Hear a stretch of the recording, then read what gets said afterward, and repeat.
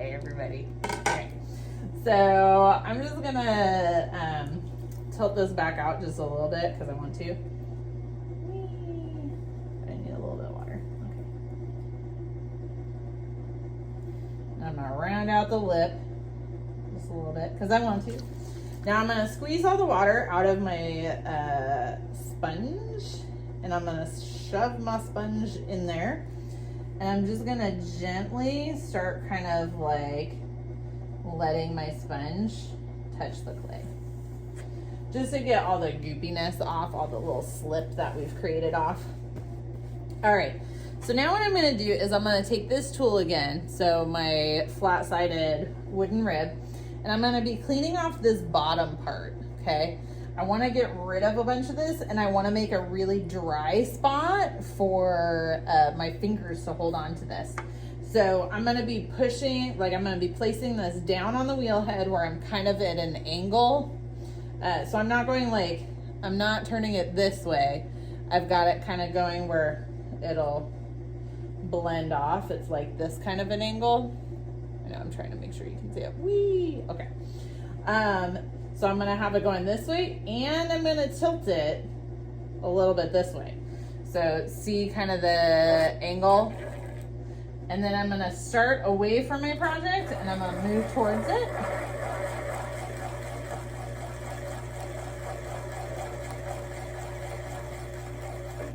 And what I'm doing is I'm cleaning off the bottom, and I'm doing a little bit of trimming as well. Because a lot of times, especially with students, this bottom part is really thick right here. So we wanna clean off and make sure there's no goopiness, and we're gonna trim a little bit of that stuff off.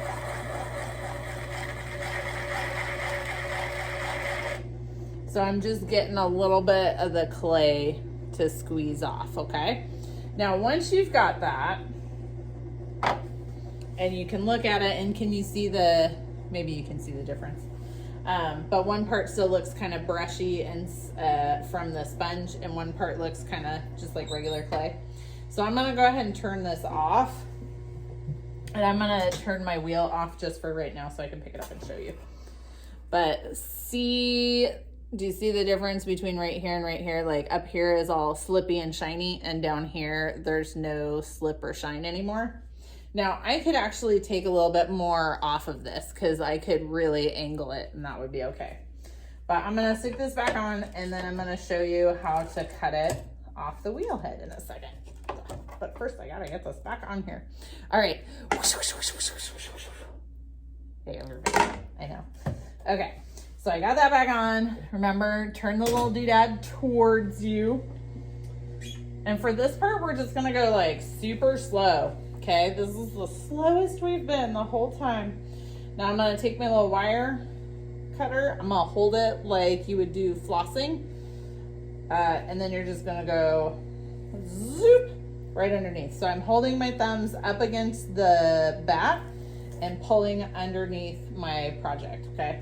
Now, really, you really only need to do it once. Sometimes I'll do it twice, and just, it's kind of one of those like weirdo personal preference things.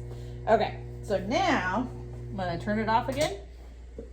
I'm gonna make sure my hands are super clean, okay? Super clean, dry. Wipe them off on something.